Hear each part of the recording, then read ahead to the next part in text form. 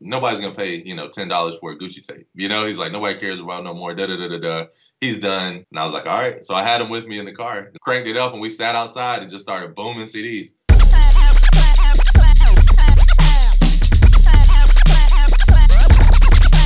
Peace, what's going down? It's DJ Payne 1 for Beatstars.com, here with a fellow DJ Blank 1, my man DJ Burn 1 in the building. Appreciate you taking the time to sit down and share your experiences with us. What up with you, man? So let's jump right into it. Gucci Mane Chicken Talk mixtape that dropped in 2006, which was a big year for him. He also dropped Hard to Kill that year. But the tape you presented was one of his first mixtapes. Paint the picture for me. It's 2006. How did Chicken Talk happen? I met Gucci probably about two or 3 years earlier, right when he had first did the Black Tea remix, which was like a response to White Tea.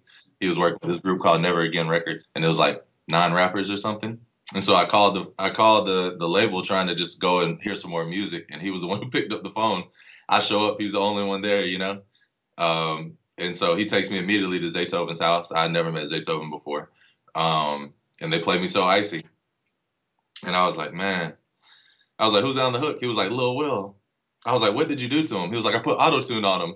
I was like, man, this thing is this was in the early days, and I love Lil Will, like looking for Nicki, like Dungeon Family Classic Records, and I was like, I don't know, but he was so excited about it. I was like, I just fuck with it, I was like, yo, we should do a tape. And he was like, I'm just focused on this right now, I don't think he really understood it at all. And so like 2 years went by, he put out Trap House, that did well, but then he went to jail and came out and did My Chain.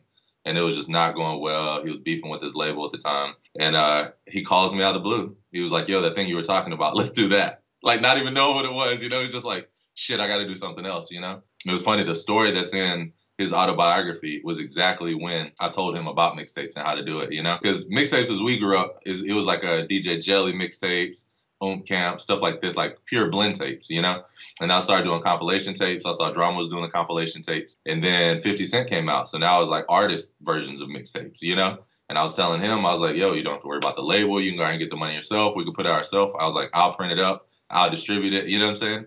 I was like, let's just do the music. He was like, all right, cool. From putting it out, he just saw the light, I vividly remember going to the discount mall on Old National. And I walked in there with like, a bunch of these double disc CDs. I had them double disc and I was selling them for $4 a piece. And the guy was like, nobody's going to pay, $10 for a Gucci tape. He's like, nobody cares about no more. Da da da da da.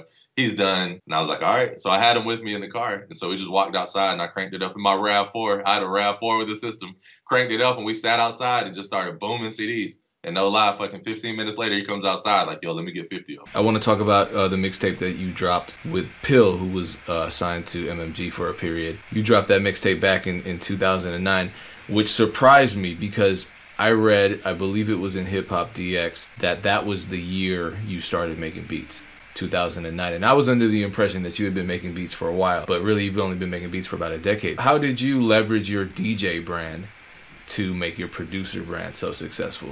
It's funny, man. I tried not to. That was my whole thing, was to like not to leverage the brand. It's interesting, man.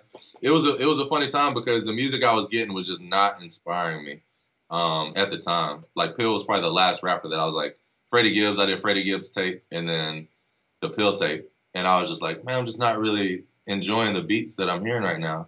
And so I felt like a lot of people complain, and that's easy. What's not easy is learning how to do something and applying yourself to it. I wanted to make the music that I was hearing in my head. I always grew up with Organized Noise and fucking Pimp C and DJ Paul and Juicy J and Memphis Rap. So from that and just from DJing, I had a framework of like where I wanted to take it. It was just a matter of sitting down and doing it. So luckily at the time I was getting enough off of hosting tapes to where I didn't have to work or do anything. So I could just like host a couple tapes a month, not leave my crib. And so I was just making beats. I was like, I'm just going to work on beats. I told myself I'm just work on beats for a whole year. I'm gonna just make a couple beats a day, and then at the end of the year, I'm not gonna play it for nobody the whole time unless they come through. And then at the end of the year, whatever I have, I'll just do whatever with. But I just looked at that whole first year as practice, and I almost didn't want to leverage my DJ brand because I wanted people to fuck with the music. It was a whole process of just learning and applying, and it was funny because that's actually where Rolling Up in Houston Old Head came from. Rolling Up came from just a practice beat. You know what I'm saying? Just chopping samples, made a beat. Probably took like 15 minutes. So one of the beats on A$AP Rocky's Pinnacle release was made in your very first year of producing. Yeah, I'd probably say within the first 5 months, almost 5 or 6 months. I just knew about just how publishing worked and all that, and things get a little murkier with samples. So I was like, whatever the records I present, I just didn't want them to be with samples at the time. You know what I'm saying? Just for simplicity for my business. I was like, let me just put it up. So I put it up for lease on SoundClick. Like it was a batch of beats, maybe like 30 beats I put up on SoundClick way back in the day when leasing was just first starting. I think Yams found it on there. You know what I'm saying? He found that and this other record, Houston Oldhead, which was actually a remix I did for another artist, an indie artist. He brought me a Player Fly acapella. He was like, yo, I want to redo this song, da da da. And I did the beat for Houston Oldhead to this acapella that had Player Fly on it. And he didn't like it.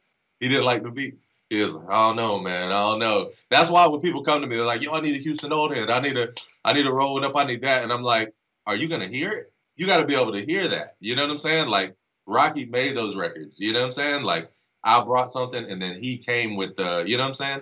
So it's like that was it's always a meeting of the minds. You know, I saw TM talk about this too. He's like, people always asking for future beats, but Future makes it a future beat.